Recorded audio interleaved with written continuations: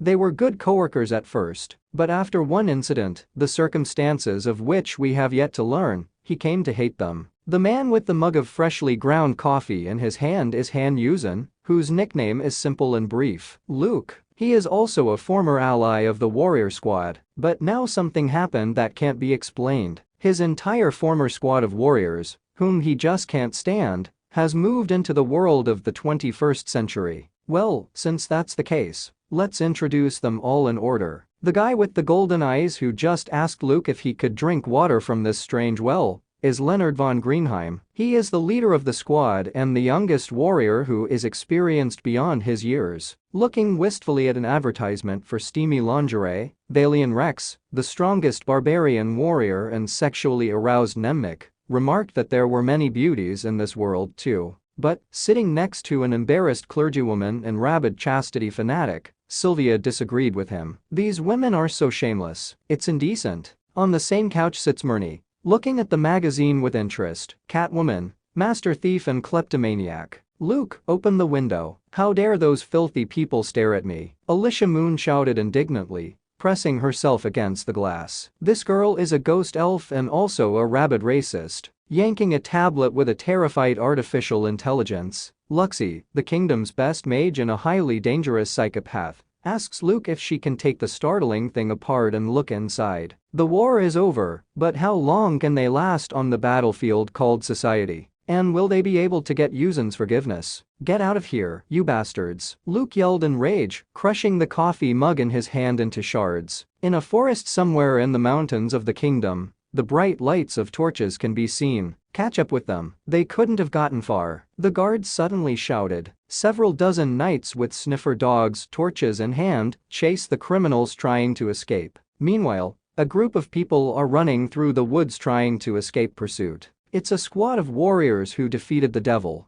Damn it, is that what we did wrong? Murney said irritably. With a glance at her, Alicia explained that the squad had made some kind of mistake. Maybe the fault was that some bulky man had mocked the guards' stupidity and made fun of their lower bodies. What's with the attacks? It's not like I even said anything, Valian replied when he heard their conversation. Looking at him mockingly, Alicia asked if he didn't like what she was saying. Did it hurt him? In turn, Murney, running beside her, asked what attacks even was. He ignored a ridiculous question. But the man noted that Luke said things like that to him all the time. Don't make accusations based on nothing. A sepulchral silence hung in the air after their former partner's name was mentioned. Running in the vanguard, Leo asked his comrades what would be different if Luke were here. Sylvia reminded him that this man had always helped them avoid making stupid decisions. Maybe things would be better than they were now. Such words from the priestess made the pink-haired cat woman very angry. Stop talking about someone who isn't here. Your mutterings are getting tiresome, she shouted irritably, glaring at the girl running ahead of her. Does she really think Luke would help if he were here? Murney thinks the opposite, that the guy would have finished them all off and would never help. Isn't that right, silly girl? The cat woman asked with a smirk, glancing at the elf who was keeping up with her. Alicia gave her partner an indignant look and demanded that she not call her that, or she would kill her. Sylvia was tired of listening to this silly bickering and asked her friends to stop fighting. But at that moment, an unknown essence materialized above the girl's head. Hooray! Divine revelation! We have survived. God has not forsaken us yet. A squad of warriors cheered as they looked at the strange thing above the priestess's head. Suddenly, the almighty deity spoke on Sylvia's behalf. My children, trust me, said the creature towering above the ground and delighting everyone here with its mere appearance. Trust me and jump off the cliff, the goddess added, pointing her finger at the cliff. In the same second, the divine power evaporated from the priestess's body, and Sylvia looked awkwardly at her partners. What does that mean? Does she really mean, when she speaks of the cliff for the troop to jump off Carb's rock? Leaning toward the priestess, Valian asked if the goddess had said anything else. But the girl lowered her head and explained that there had been no further revelations. Damn it, it's like going to your death, Murney yelled in anger, kicking the rock. But despite all the risks, the squad leader said, in all seriousness, let's go. The other team members looked at him dumbfounded and asked what he was talking about. Is the leader crazy or something? Leo, on the other hand, responded to these outrages by saying that he's not crazy, and that's why he's proposing to do it. It is worth looking at this situation from a different perspective. The main question now is what is better, to die now in obedience to the goddess, or be caught and die of torture? If they get caught, they won't die that easily. I'd rather die quickly here than be caught and die in agony, Leonard said courageously. After saying that, he immediately headed towards the cliff without thinking. Realizing the hopelessness of the situation, Myrnie accepted her fate and decided to follow her commander's example. There was nothing left for them to do but die. Calling all her comrades lunatics, the elf did not object. As her bandmates leisurely made their way toward the cliff, the priestess looked at them and decided to take the cross and pray a farewell prayer. But at the last moment she changed her mind. Has it really been 3 years since they all joined together? And now all the members of the warrior squad are standing in full force, standing and looking fearfully into the abyss beneath their feet. Myrnie, looking out over the cliff, suggests in a trembling voice that the comrades agree on one thing: if they die now, then by no means should they meet in the next one. The priestess immediately agreed with her partner. Valian, standing nearby, supported the decision and remarked that he did not want to meet such a fate again. Luxie didn't stay away and agreed to the suggestion as well. Okay, let's not meet again, Alicia Moon said tensely. Go, Leo said briefly, then took a step into the unknown. Everyone else followed the leader's example and jumped in after him. Just like that, the squad of warriors who saved the world fell into an endless abyss. The leader of the guards rode his horse up to the cliff and looked down thoughtfully. So, after all, they had died in vain. Yeah, it was probably the best choice for them, because there's nowhere for them to go back to anyway. Turning around to his men, the commander-in-chief ordered a platoon to be sent to investigate. We need to at least find their corpses. It was early in the night, when it was still dark. When Catwoman opened her eyes, she saw the cloudless sky and the foliage of the trees. Lifting herself off the ground, she immediately tried to figure out where she was. What had even happened? Were they dead? Is this Valhalla? What's that smell in here? Came the voice of a waking Valian, not understanding why it was so dark in here. While the enraged Elphys was kicking the barbarian, screaming that nothing smelled there, an upraised Leo asked what had happened. At the same second, a strange rustling sound was heard nearby. A silhouette began to appear in the bushes. Leonard gestured to the awake members of the squad to prepare for battle and asked the stranger in the bushes who he was. Who the fuck else could it be? Holy shit. Wait, what the hell? Han Yuzong said, adjusting his tie as he saw the cretins in front of him. Luke. It's Luke. Of course it is. I knew the goddess would send us help. Goddess, thank you. The squad members started cheering again when they saw their former comrade. Walking up to him, Leo decided to greet his former partner, noting how long it had been since they had seen each other. But at the same second, Yuzan, standing opposite, decided to play football with his face, smacking the guy's jaw with great force using his foot. This lightning strike was like a sudden thunderstorm. It was as if Han Yuzong had been saving up this anger for years and was finally able to take it out on the person he hated the most. The attack was so powerful that the squad leader immediately lost consciousness. The other members of the group watched all of this, looking at their former comrade perplexed. Funny, the guy inquired, stomping the passed-out Leo into the ground. As the squad members still sitting in front of him asked Luke what was wrong, the young man gave them a creepy look and laughed. In a touching reunion after a long time, Luke, no, Yuzan, was in desperate need of a cigarette. I wish I could dismember you scumbags, the guy said hatefully, pointing his finger at the 6 of them. A few hours earlier, as the sun was nearing sunset, Han Yuzong was riding in a car and talking to his mother on the phone.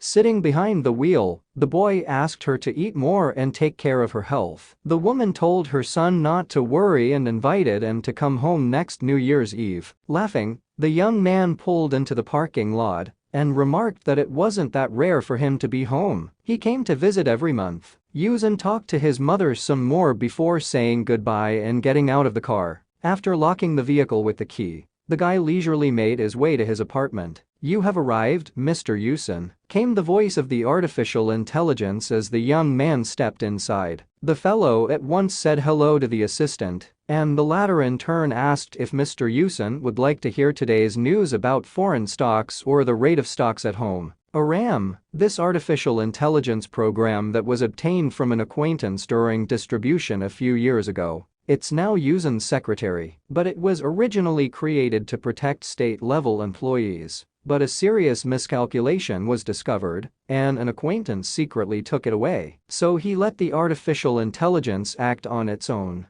Mr. Yuzen, I planted a virus on voice phishing today. Please praise me. Aram cheerfully narrated. Well, it's still not a first-class demon, but a rogue. But anyway, looking awkwardly at the secretary, the guy asked to only touch minor rogues from now on. It's been 10 years. It's been a full 10 years since returning from Midgard. 10 years ago, when Yusen was 17 years old, he went to another world, Midgard. As soon as the guy opened his eyes, he found himself in a slave market in the middle of the desert. And because he was young and all his limbs were intact, the boy was immediately sold into gladiatorial slavery. Contrary to expectations that going to another world would give him abilities, Yusen turned out to have no skills or any connections and had to live worse than a pet. By day, they hunted for his life, and at night, the guy's ass was in danger. In the end, for the sake of survival, Yusen staked his life. He managed, like in the movies, to stage a riot and escape. The young man had been a fugitive in the desert for 2 years, and 3 more years in the city as a mercenary. Having saved up a certain amount of money and having a small surplus, the boy began looking for a way to return to his original world. One day in one of the cities he came across a recruitment for a warrior squad. In case of great merits in defeating the devil, it was promised that the goddess would fulfill any wish. This is it, the very method that Yusen was looking for. After applying for a warrior squad, the young man passed a test with a 5,000 to 1 chance. That reminded him of getting a job with a large company. He eventually became a member of the warrior squad. The boy was a porter. The main question was whether his reading, writing and bookkeeping skills would be useful. Well, in this world, 90% of the population is illiterate. In any case, Yusen joined the warrior squad as a porter for another 5 years. And soon they succeeded in defeating the devil. And to get home, he fought to the death. The boy put his heart and soul into accumulating as much merit as possible.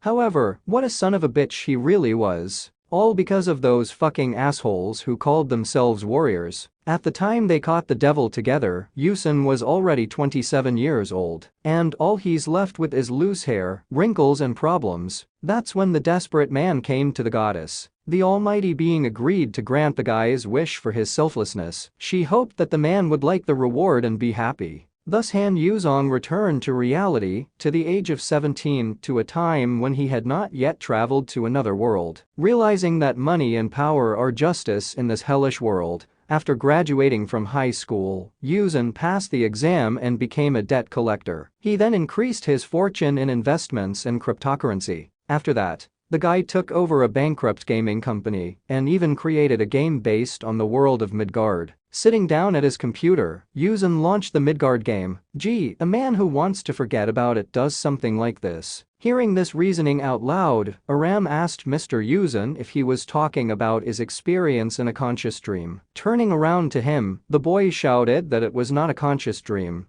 but reality. The secretary then voiced his concern about the chief's mental health. The young man, in turn, explained that his mental state had become so because of those damn warriors. Anyway, now is not the time to talk about it. At the moment, Yusen needs to fulfill a daily quest in the game. After finding a team, the guy lost almost immediately. When the young man asked his teammates what they had been doing all this time, the healer said that the guy couldn't do anything himself and was hounding them. The warrior from his squad laughed and supported this, and then they both logged out. What a bunch of trolls. Han Yuzong shouted, unable to contain his anger after 3 hours of fruitless play. Aram immediately informed his boss that his heart rate was accelerating. Then he asked if Mr. Yusen wanted to stop. Annoyed, taking a glass of Coke, the young man exhaled and said that he needed to calm down. The most important thing is unbreakable character. It's normal to be in such a state. In any case, the main thing now is that he doesn't get trolls in his squad again.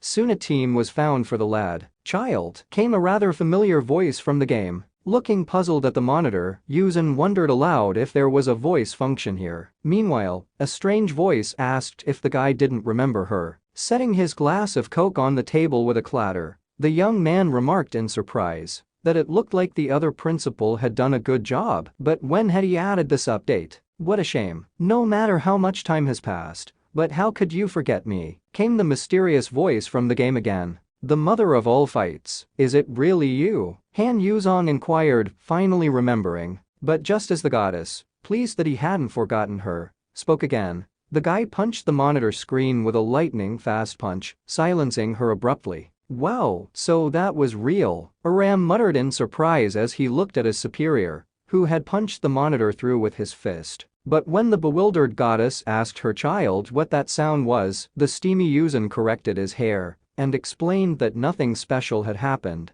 Long time no see, mother of war, the boy said, looking at the broken monitor. The goddess, however, explained that it was her middle name, and so she asked the young man to just call her Io. It's just between her and him. In turn, the puzzled Yuzin asked why such frankness. Is there such a relationship between the two of them? The voice from the monitor agreed with that. Then the deity took a moment to notice that his presence did not appear to be particularly welcome here. Looking at her coldly, Yuzin decided to be honest and said that it was true. Her voice alone reminded him of the bad days when he was struggling to get out of that place. The goddess, however, repented and admitted that it was all her fault. The problem arose because she had failed to take proper care of her children. And so she hopes that Yuzin won't hate Midgard so much. Better to let him hate the goddess instead. Eventually the guy decided to talk to her and inquired about what was going on in that world. Before delving into the story, the goddess decided to get to the main point first. She needs the help of a young man. Looking at her in surprise, the boy asked what he could do to help. The deity then asked if Yuzin could go to the mountain closest to him. Of course, the help won't be free. The goddess will give the lad an elixir and the tree sap of the world tree. But first he must go to the mountain. And now a few hours have passed, and a madly laughing Yuzin is already standing in the woods across from his former squadmates. Here's the thing. The elixir is a miracle medicine that not only heals the soul, but also increases lifespan. The sap of the world tree is an all-powerful elixir that can cure any disease and even disability. And the reason the goddess is offering these treasures is because Yuzin has to help these scum. I wish I could dismember you scumbags, the guy said hatefully, pointing his finger at the six of them. Enraged by this behavior, Valian immediately pounced on Yuzin, preparing to pound him into the ground with a single blow of his fist. The man immediately used the barbarian's rage. He was convinced that if he did not strike first, he would surely die. That was why, as soon as Valian was near his former comrade, he smashed his fist into his chest with great power. But the blow didn't reach its target. Han Yuzong easily stopped the attack by grabbing the man's arm. He then toppled his opponent with one sharp movement and pinned him to the ground with a clatter. If you didn't have magical powers, I would have mixed you with shit back then, bastard, Yuzin said, glaring coldly at the man. In the next instant, he delivered another blow to the chest of his dazed opponent. While the guy was dealing with the enemy, the already recovered squad leader jumped on him from behind, preparing to strike the young man with his sword. But it was no surprise to Yuzin. He immediately turned around and, Bruce Lee style, put his palm to the chest of his opponent. Have you ever heard of a 1-inch punch? The boy asked, looking at the dazed Leo. After saying that, he clenched his palm into a fist and punched his opponent in the chest with incredible force, throwing him several meters away from himself. From this incredible attack, Leonard flew into the air and disappeared somewhere not far away in the trees. Still not understanding what was going on, Sylvia asked Luke why he was acting like this. Then, pulling out a staff from behind her back, the girl said in a trembling voice that it was self-defense and asked the guy to stay away from her. Thank you. I was just in need of a baton, and this is just right, Yuzin said, suddenly running up to the priestess. Immediately afterward, he snatched the staff from her hand and looked at it contentedly. Only after a while did Sylvia, in tears, notice that as she ran past, Luke had broken her arm. Yuzin glanced back at her and put his baton over his shoulder. noting that the girl had had enough. Meanwhile, the nearby elf was already trying to call out to the spirits. But when Alicia realized that the spirit, for some reason, was not appearing, she had already seen a staff flying at great speed into her in front of her face. After seeing the way Luke bludgeoned her partner with the mace, a terrified Myrnie realized she had no other choice. The only chance of survival is to escape from this bloody battlefield. In turn, Yuzan, holding the priestess's staff in his hand, looked at the fleeing Catwoman with shame. Bending over, he picked up a small stone from the ground. At the same moment, with a wave of his hand, the guy threw that stone at the fleeing Myrnie. The projectile flew with great speed into the shin of the Catwoman trying to escape, knocking her to the ground. While somewhere not too far away there were wailing screams of pain, Yuzan walked over to the last member of the squad. "So, you won't resist?" the boy inquired, glancing at the mage girl. Putting her staff on the ground, Luxie said that she had no magic power, and therefore she could not defeat Luke. After that, she humbly surrendered and asked for mercy. Hearing this, Han Yuzan tapped his mace on his hand with a satisfied expression and remarked that he knew the enchantress would say something like that. How good it was to be smart and be able to assess the situation. Soon, after the guy didn't hit Luxie hard enough, only moans of pain began to be heard in the neighborhood. Taking the phone out of his pocket,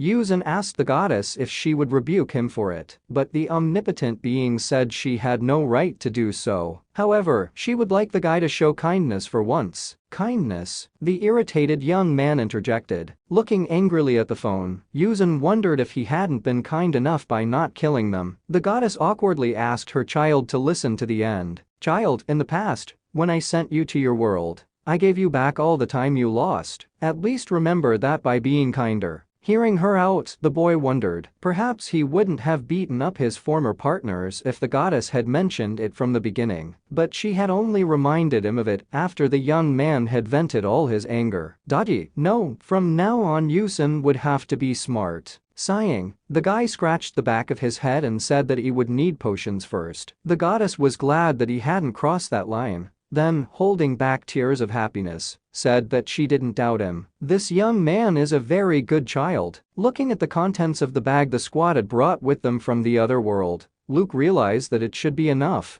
Giving it to Luxie, the guy asked her to get 2 of them drunk with the potion and to dab some on the wounds of the girls with broken leg and arm. When the mage girl asked why she had to do it, the young man explained that he hit her the weakest. If she was fine, she could start already. However, the sorceress pointed her finger at her head and said that she was in pain too. Fortunately, it didn't take long to persuade her, and as soon as Yuzan offered to hurt her more, Luxie immediately took the bag, saying she understood. Some time passed and all those who had suffered at Han Yuzan's hand woke up. The squad members sat in front of the guy and looked at him irritably, while the mage girl standing to the side stared blankly into the void. "Look me in the eye. You want a second round? I don't really care," the young man said, glaring at his former comrades. The priestess, sitting on her knees, asked Luke if he was going to kill them. Laughing, Yuzan realized that even after 10 years, Sylvia was still just as clueless. If he really wanted to kill them, he would have done it at once. Hearing this, the priestess asked how a whole 10 years could have passed. After all, it had only been 3 years in their world. And besides, if he didn't intend to kill them, then what was the matter? Showing the squad his phone,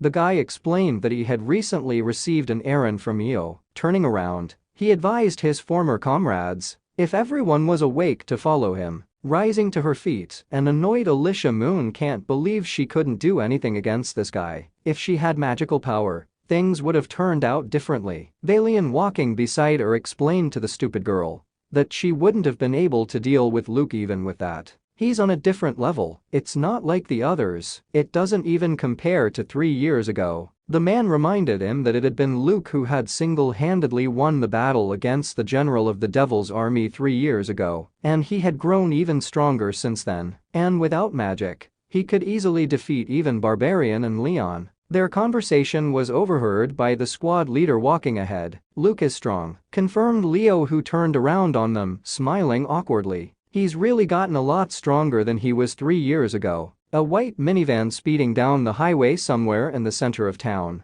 A delighted Murni, sitting in the passenger seat of the car, gazes admiringly out the window. It is the first time she sees such a beautiful and huge city. Also gazing out at the night metropolis, Luxi turned to Luke, asking permission to ask a few questions. Han Yuzong, who was sitting behind the wheel of the vehicle, did not refuse her. The girl immediately asked the first question. Does this carriage they are in now move with magic? The boy explained that it moved by simple technology. Then, is this city so special that it has such incredible carriages? The enchantress inquired, looking at the driver. However, to her surprise, the young man replied that this was not true, and every family had cars. Let's take Midgard as an example. A car is equivalent to such a thing that every villager has. Luxi then decided to ask a second question. Are they really in the capital of this world right now? Yuzin explained that it was only one of many cities. By the way, there is no such thing as the capital of the world, but there are quite a lot of countries, and the strongest country among all can be called the center of the world. After listening to him, the sorceress asked what the situation was in the country they were in now. The boy told her that he didn't know about the military strength, but the economy seemed to be on the 10th place. Amazing, said a dumbfounded Luxi as she continued to stare at the night metropolis. Yuzin looked back at her and noticed that the girl's face still looked confused. Does anyone have a carriage like that? The country's 10th largest economy, and this place is one of many cities. Jesus, what the hell does that mean? After a while, all 7 of them arrived at Han Yuzong's house. As soon as they entered the apartment, Aram immediately greeted the supervisor. Seeing some strangers, the secretary asked who these people were. Were they Mr. Yusin's guests? With an irritated sigh, the guy in the suit explained that, first of all, they were unwelcome guests. In that case, Aram decided to put the defense on level 3 and change the video surveillance in the room to 24 hours. Looking at the clipboard hanging on the wall, Luxi wondered if it was Ego's weapon. Approaching Luke, the girl reminded him that he had said that there was no magic in this world. But then where did Ego's weapon come from? Looking at her, the young man clarified that it wasn't Ego's weapon, it's an artificial intelligence. It could be considered an imaginary person. And though you believe that this building itself is a weapon of the ego, I think this will make it easier for you to understand that, Yuzin said, looking awkwardly at the squad of warriors. And I'm warning you, if a single thing from this house is broken or missing, you're dead men, the guy added, pointing a finger at them. After hearing him out, the squad looked at Luke perplexed. Will it break or will it go away? After pondering this, the 5 of them looked at the as if nothing had happened to Murni standing next to them. What? I haven't done anything yet, Catwoman shouted indignantly, feeling the stares of her companions. Yep, yet. Opening a can of Coke, Yuzin clarified with the goddess if she really wanted a guy to guarantee their existence. What do you think? Asked the goddess from the phone. The young man asked her not to be snippy. After all, he had already brought these dumbasses here, and now he needed to figure out what to do next. Sipping his soda, Yuzin looked at his former teammates sitting on the couch. Sylvia and Alicia, who suffer from misophobia, might understand the guy. We have to be patient. But Yuzin doesn't know what the hell he's gotten himself into. Turning to the entire troop, the young man told them that the goddess wanted him to help them survive. More specifically, she wants the guy to help them adapt to the world. Waving it off, Yuzin pointed out that he certainly didn't know what the 6 of them were doing in Midgard. But anyway, they're back in trouble, because that's what they do. Angry at the words he had said, Alicia jumped up from the couch and, pointing her finger at Luke, shouted that she had not sinned. Then the girl demanded the boy to watch his words and not to treat her like a criminal. But when Yuzin asked the elven girl under what circumstances she had become a fugitive, the stunned girl couldn't answer anything. In any case, the guy wasn't interested in her unfair circumstances anyway.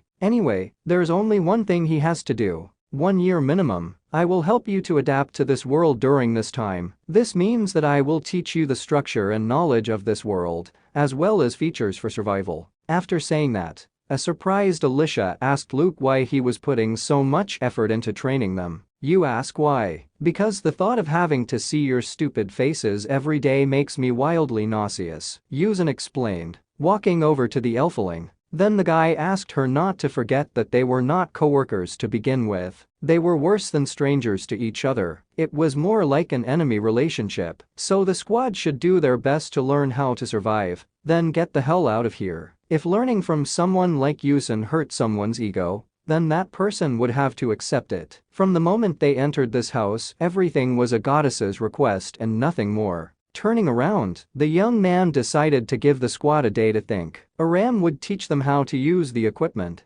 Having said that, Yusun walked out of the living room, leaving the former comrades alone with the secretary. They sat silent for a while longer, not knowing what to say in such a situation. Anyone hungry? Aram decided to ask to break the awkward silence. Raising a hand, Balian pointed out that, above all else, they needed to eat to survive. Yes, he was a shameless barbarian. Soon the table was already set with various food and drinks. Taking a slice of pizza, Murney carefully took a small bite to taste what it even was. After tasting this food of the gods, Catwoman was incredibly surprised. Luke, that bastard, has the best cook in the world. When she noticed that Alicia had already begun to eat all the food on the table, Murney asked if elves could eat meat. But the golden-haired girl just told her partner to shut up and continued eating. Leon sighed frustratedly, noting that Luke still disliked them. Catwoman agreed, adding that the guy hated the warrior squad even more than he hated the demons. As he'd said, their relationship was more like an adversarial one.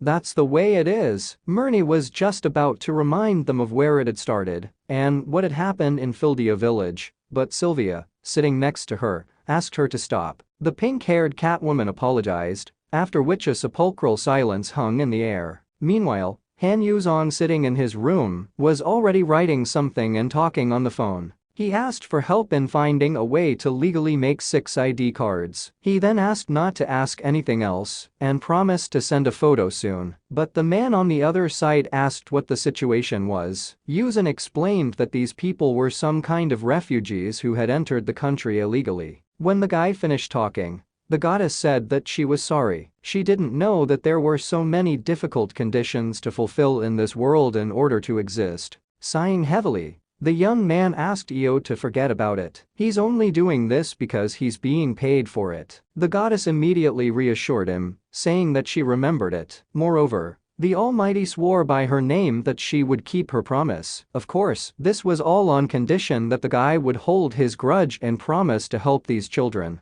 Without answering her, Yusun realized that these 6 were the most problematic people he'd ever had to deal with. The next morning came. Looking at the wall clock, Han Yuzon noticed that the time was already nearing noon. What do they even do in the middle of the day? The boy asked irritably. Io asked the young man to understand. These children had not been able to rest for the last 3 days, and their fatigue was making itself felt. Sitting back in his chair, Yuzon asked the goddess what was so wonderful about those bastards that she kept taking their side. Io, in turn, explained that she only wished the guy would be more welcoming to them. That is not an acceptable request, said the young man, reading a book. At that moment, a dark-haired girl entered his office. When Luke looked at her, he was surprised that Sylvia, who used to torment him by making him pray every dawn, was awake just before dinner. The priestess explained that it was because she was tired. Yes, you're right, Sylvia said suddenly.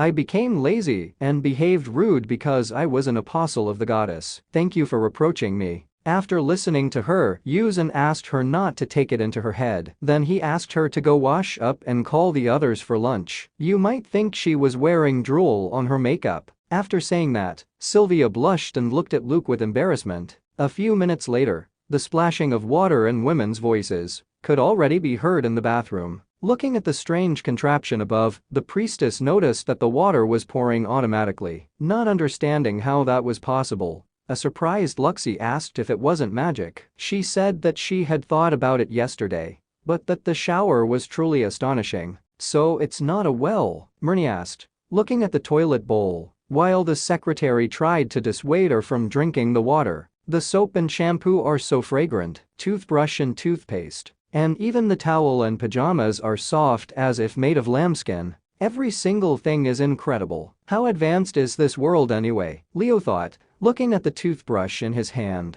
After lunch, Han Yuzon compiled all the dirty dishes into the dishwasher. Wiping his hands with a towel, The guy told the squad of warriors that their clothes would be delivered today during the day. Looking at him puzzled, Sylvia asked why they needed new clothes when they had the original ones. Luke, however, explained that if they went out in that, they would be circus monkeys. The young man doubted that they were okay with that. When the priestess asked the boy if the style of dress was much different in this world, Yuzan asked Aram to show them some example. The secretary immediately showed a TV program about contemporary fashion. Luke immediately explained that it was common clothing in this world and asked his former partners to memorize it. As soon as Leon saw it, his nose bled. The indignant priestess remarked that it was obscene, but Myrna, standing behind him, liked the decision. "It's so hot. Are you saying it looks indecent? You guys dressed more revealingly in your world, and this is indecent. It's just an example of underwear,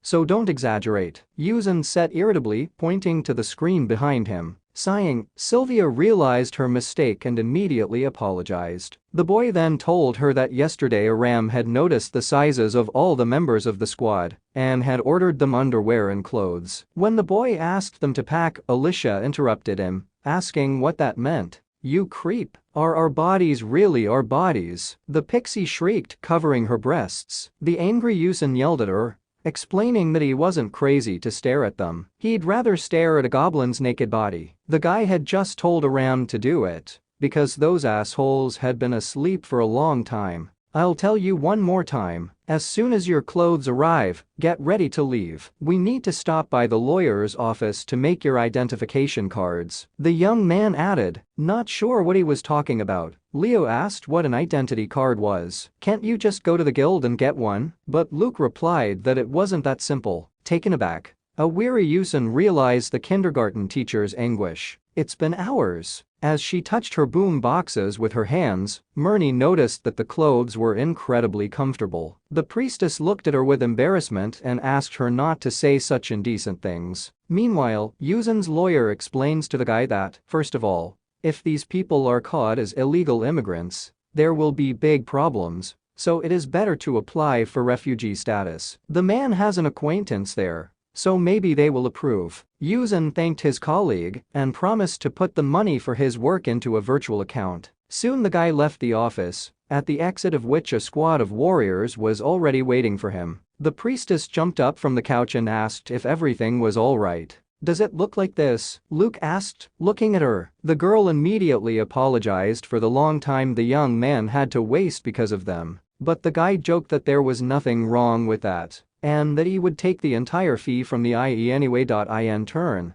the goddess sitting on his phone had explained to the guy that she didn't have the currency of this world. "If all goes according to plan, you'll have your IDs in 2 months. Now let's go to the mall," Luke said, heading for the exit of the building. Although everyone on the squad didn't understand what shopping center even meant, they seemed to like the idea. Han Yuzong, noticing the bewilderment on his former comrades' faces, explained that a shopping mall was a place where everything was sold. From food to clothes to tools, they would go there to buy the things they needed. So if they needed anything, the guy didn't mind them telling him. Myrna, hearing the words about freebies, immediately started begging for clothes and jewelry. Sylvia asked her partner if what Luke had already given them was not enough. Looking at Luke with shame, the rest of the team realized that his life had not taught him anything at all if he proposed such a thing to Myrna. It was late at night back in Midgard. As Luke slept, a knock was heard on the door of his chambers. Hearing someone call his name,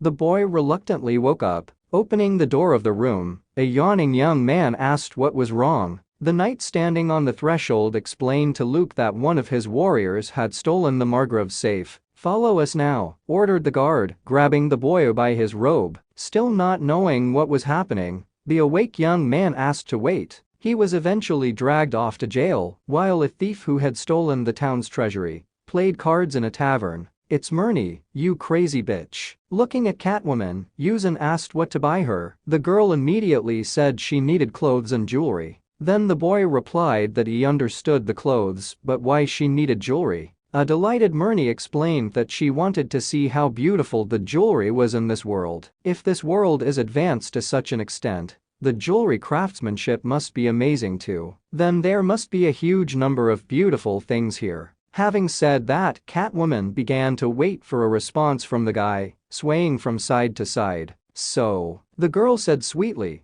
looking at the young man charmingly. "And the snake is good at seduction?" Yuzong said with annoyance, holding his head. With such a feline temperament, you'd think she was from the Meow family. Luke looked at Myrnie and decided to warn her right away. This world has a different level of policing than Midgard. Even if a master bandit came here, they'd all be caught in this world. A 98% chance. Especially if the girl is unable to use her magic here and doesn't watch her hands, she will be caught immediately. And the moment she's caught, all ties between her and Yuzan are gone. But if it were Luke's wish, it would be better if Myrnie forgot what he'd just said and stole something to get caught. The girl spoke suddenly, lowering her gaze. "I was just genuinely looking forward to the opportunity to see how the craftsmanship of handcrafting has evolved. You don't have to worry so much about that. I'll remember your advice, though." After listening to her, Yuzan turned around and smiled contentedly. "That's great. This bad habit isn't going anywhere. Well done. One less freeloader." A few hours later, after shopping, a happily smiling Myrnie thanked Luke for the clothes. The boy only looked at her suspiciously. When she saw his expression, she asked him what was wrong. "No, nothing," the young man muttered, puzzled, averting his gaze. He couldn't actually believe it. That thief-obsessed girl. Did she pocket anything? There's no way she's wised up. If it wasn't for her almighty skill and fighting ability, she would have been kicked out of the warrior squad a long time ago. But now this girl. If he sees some appetizing prey just passing through, something doesn't add up here. It's just not possible. Maybe Yuzan missed something. "Myrnie, what are these tricks?" When the whole troop returned home, the secretary immediately greeted them. Approaching Aram, Yuzan asked him to scan the bodies of everyone who had just entered the apartment. "We need to check for precious metals." The artificial intelligence finished the scan and told him that nothing had been found. The guy asked if that was accurate, and Aram replied that he had indeed scanned everyone. "They are completely clean." Then, with a little thought, Yuzan realized what was wrong. She's got a head injury, right? There is simply no other explanation for this behavior. Meanwhile, Myrnie is already inspecting her new clothes. It's beautiful. It's much more refined than Midgard's. And even the trim is elegant. And the price is 1,000th the price of a suit worn by aristocrats. The girl wants very badly to buy some more of these clothes. But at the same time, she realizes that Luke is definitely not going to go for it. It was late evening. Entering Luke's office, Myrnie said that Aram had asked her to stop by the guy's office, and then asked what was wrong. Closing the book, the young man said that the girl herself should know at least one reason why he called her. Taking a seat at the chair opposite, Catwoman guessed the guy was wondering why she hadn't stolen anything. She does have a point. Honestly, Yuzan has only two guesses as to why this happened. 1. Myrnie's completely lost her mind. 2. She has a terminal illness. However, the girl said that both of these guesses were wrong. What's more, is the young man not overstepping his boundaries towards her? Holy shit. When I think of you in the past, I even break out in a cold sweat at night. Weren't you the one who gambled during the war, stole the squad's capital, and then sneaked into the Lord's castle? Luke shouted at her in rage, swinging the book at her. Withdrawing her gaze, an awkwardly smiling Myrnie remembered it and said it was like that. Well, if that's the case, what's become of her now?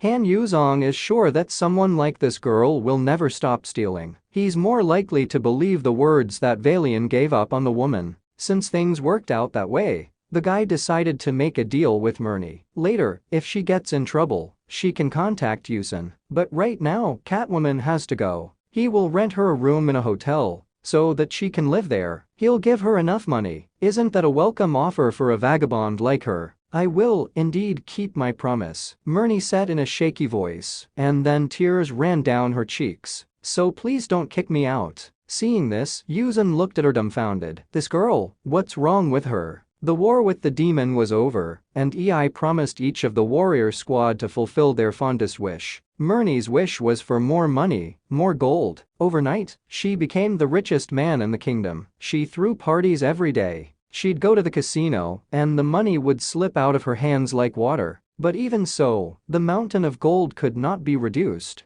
To be more precise, Myrnie believed it. One day, however, All her money suddenly ran out. She jumped at the gaming table again, spending even what she had borrowed, but the debt was only growing, and eventually, her old habit kicked in. In desperation, she touched the royal family's property. That's how Myrnie went from hero to criminal. After escaping the city, the girl had only one place left to go. This was her home village. Coming home after many years, Myrnie saw something terrible. The native village and all its inhabitants were burned before the girl's eyes. That's when the thief realized that all of this was because of her. If she hadn't contacted the royal family, none of this would have happened. In that moment, Myrnie remembered Luke's words to her the last time the girl stole in front of him. The boy had made a wish that day and traveled back to his world. Again, Myrnie, you think you deserve forgiveness no matter what you've done and can easily move on. I'm free now, and I won't be watching you. But the sins you've committed will come back to you someday. And it will happen with such force that you won't be able to handle it yourself. Myrnie, wise up.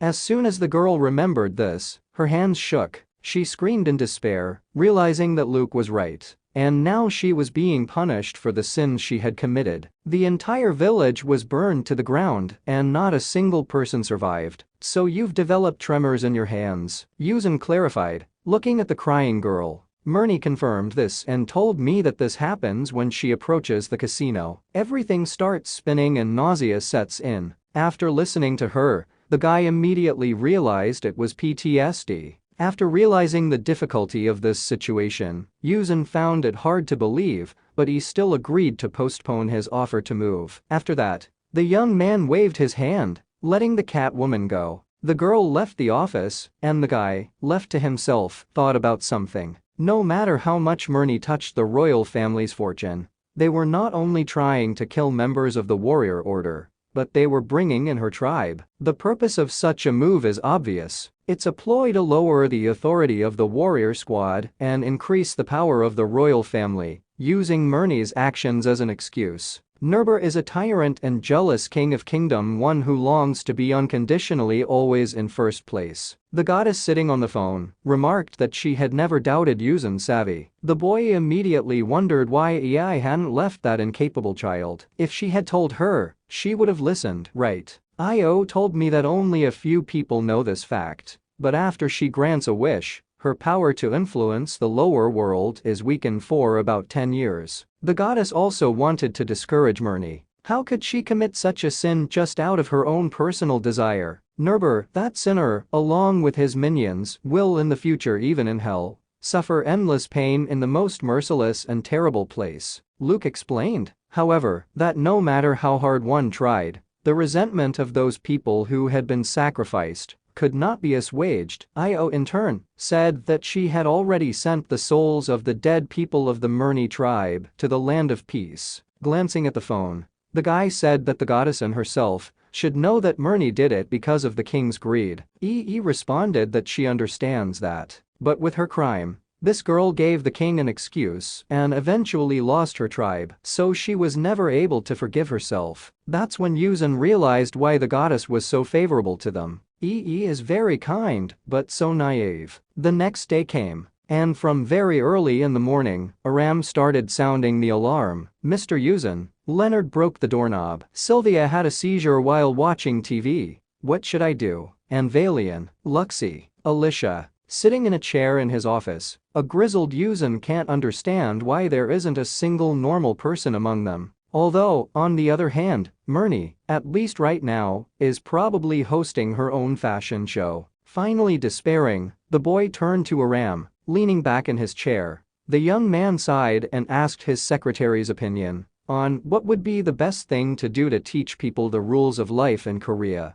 If those people were from other countries, and generally very different in culture and common sense. Do you have to do that? Clarified a perplexed Aram. With a puzzled look at him, Yuzan asked what he meant. The secretary explained that, as far as he knew, there was an educational program for such foreign migrants. Wouldn't it be better to send them there? There's a class coming up in a week. Aram, the boy said, rising from his chair. This reaction has misled the artificial intelligence. You're just a genius, shrieked the delighted Han Yuzong, praising his secretary. Laughing, a beaming Aram asked if the boss had only now realized it. Soon the entire warrior squad was sitting at their desks with the other regular students and listening to the teacher. "It's good to see you all here. My name is Yoon Hyein. I'll be your teacher," introduced the woman standing at the blackboard. "I hope we can be friends." Suddenly, the phone rang. When Han Yusing accepted the incoming call, Yoon Hyein's crying voice was heard on the other side of the conversation. She apologized to the guy and said that she couldn't take it anymore. After saying that, the woman dropped the call. Meanwhile, next to the young man,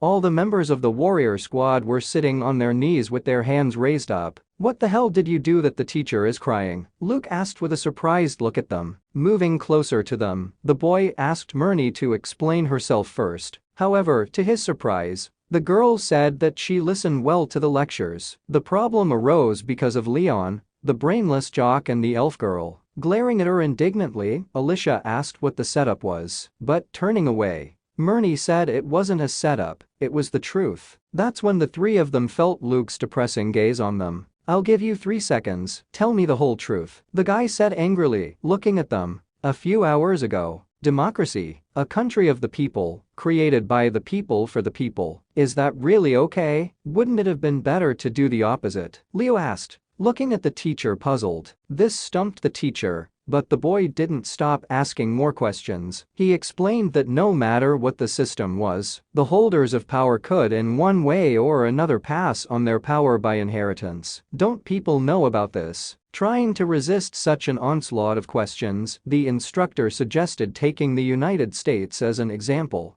The United States is a country ruled by money. People with mighty financial power dominate the government and society. They also station their troops, expressing that it is for world peace. So isn't this a complete dictatorship? Leo inquired again, looking at the woman. Looking at this terrifying boy, Yoon Hyein began to mentally call out to the judge. She didn't even have time to say anything. The police, she is in the same position as the sentries. But isn't there a problem in selecting such people? If there are differences between men and women, Valian asked, joining the discussion. The woman immediately explained that it was for gender equality. But the man replied that he wasn't asking about equality. He was wondering why the police weren't increasing their fighting power. A gun. The barbarian had heard that it was a weapon that couldn't be used carelessly because of the penalties. How can the police be called the protectors of the people if they have no weapons or combat power? Then what's the point of having them at all? Hyeon's head snapped up, and she started calling for the judge again. She didn't even say anything to him. Then, caught up in the teacher's words about gender equality, Alicia reminded us that racial discrimination is rampant in this world. From the oppression of black people to the mass murder of Jews. No one gives an answer as to why people with a different skin color, but the same species, are discriminated against and bullied. It is said that even here in Korea, people with white and black skin color are looked at with disgust. Can a teacher say with certainty that there is no discrimination?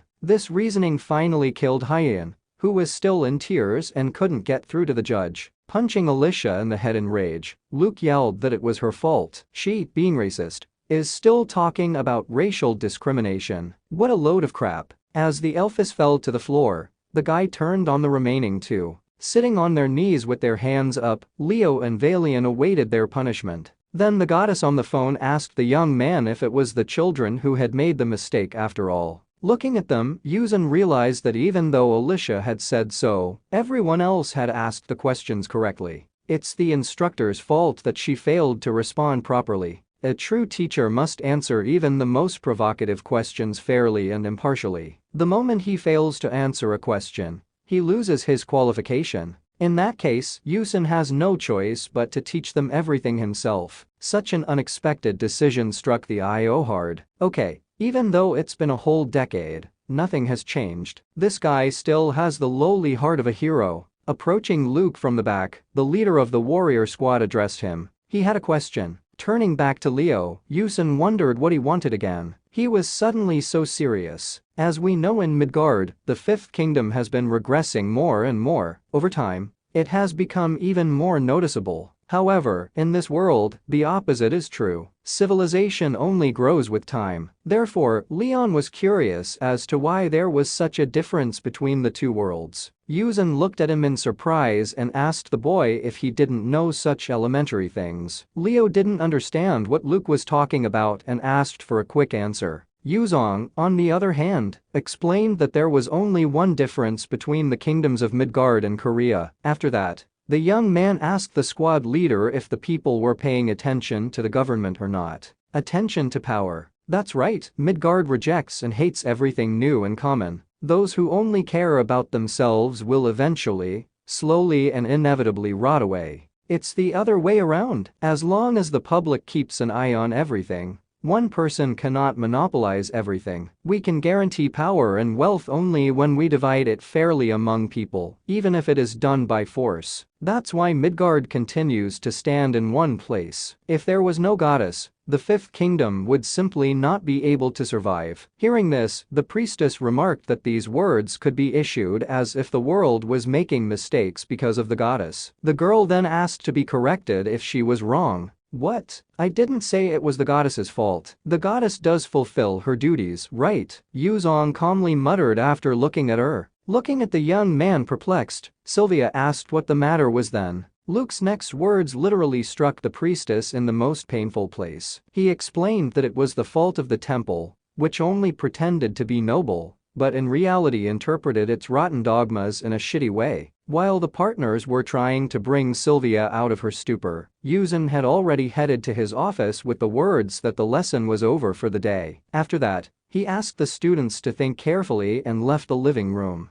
Going into his room, the boy closed the door behind him. Turning around, he noticed that the 6 of them were striking. The one who used to twirl her mace in different directions now sits silently. The abnormal pixie is quiet and can't adapt in any way. Io immediately wondered what the young man's initial thoughts were about them. Idiots who are worse than wild animals. Needless to say, they have now turned from dogs into humans, but, nevertheless, they are still idiots. Yuzin explained thoughtfully. The goddess concluded by noting that the grade is quite low. The time was nearing nightfall. Meanwhile, Luxie was sitting in Luke's office, reading some book with interest. Grabbing the girl by the scruff of the neck, Yuzin demanded to get out of his room. When the boy asked the sorceress how long she was going to sit there, she replied that she would stay until she finished reading. With an irritated look at her, the guy offered the girl 2 options. Either she would leave on her own or kick her ass. Savage, Luxie said briefly,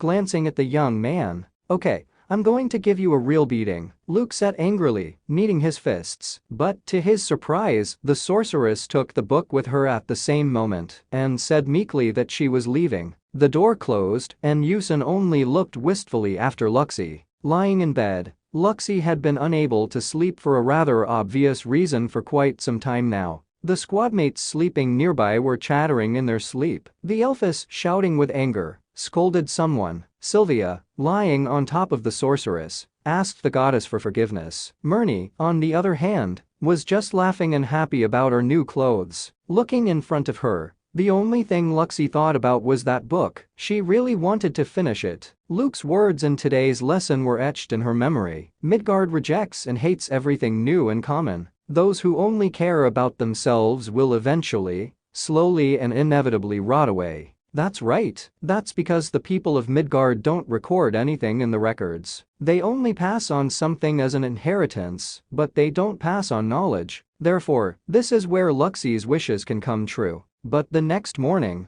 the girl saw a sign on the doorknob leading to Luke's room. It said no one was allowed to enter the office, and especially not Luxie. Are you asking me to open it for you? No, I can't. Go away, Yuzin said, putting on his tie. Looking at him perplexed, the sorceress asked what the reason was. Turning around to the mirror, the guy explained that Luxie has a sickness that runs deep. Once she gains knowledge, a psychosis that wants to know the source. By all means. But when the girl said she wasn't sick, the young man objected, further explaining that she was mentally ill. Under the pretext of finding a cure, Luxie anatomized over 100 people. It was only to satisfy her thirst for knowledge. However, the enchantress recalled that these people were actually consenting to treatment themselves. Luke objected in turn. They agreed only because of Luxie's threats. The girl then tried to justify herself by saying that these were unavoidable sacrifices.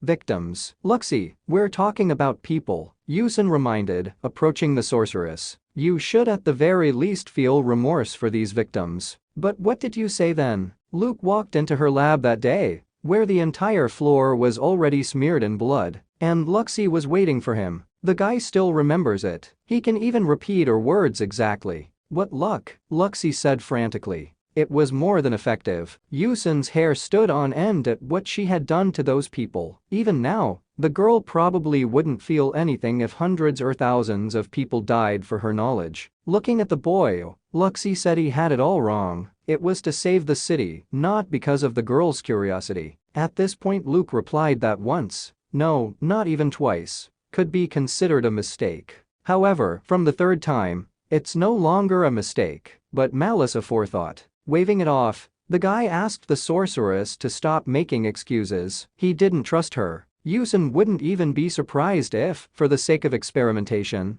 Luxie would ever kill tens of thousands of people. And so the young man demanded the girl get as far away from here as possible. Far enough away so that her crazy behavior wouldn't touch him in any way. No, Luxie said suddenly. I don't want to. I won't. I'm not leaving. Hearing this, Yusun yelled at the sorceress, ordering her to get out of here now. Sitting down in a chair, the exhausted guy spent some more time trying to figure out what was even going on. The goddess on the phone asked the child not to get so angry, otherwise his blood pressure would rise. An angry Yusun asked what she was even talking about. Moreover, he asked the Almighty not to read his mind. To this, EI explained that the young man sighed so much that it was hard not to guess what he was thinking. Reaching out for his phone, the guy wondered if he could turn the game off. He can't think while someone is watching him, but the concerned EI asked him not to do that. If the connection is cut, it will take a very long time to get from Midgard to this world. With a perplexed look at the goddess, Yusun asked why she was making such a fuss over something so insignificant. IO immediately asked the child to imagine what he would do if the download took 1 year. That's when the guy realized her fears. Anyway,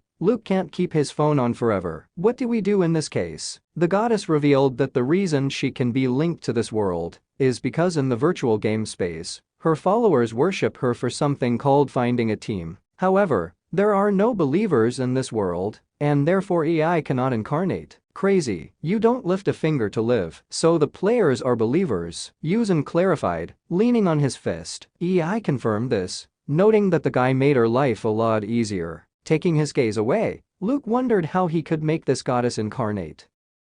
Pet the cat.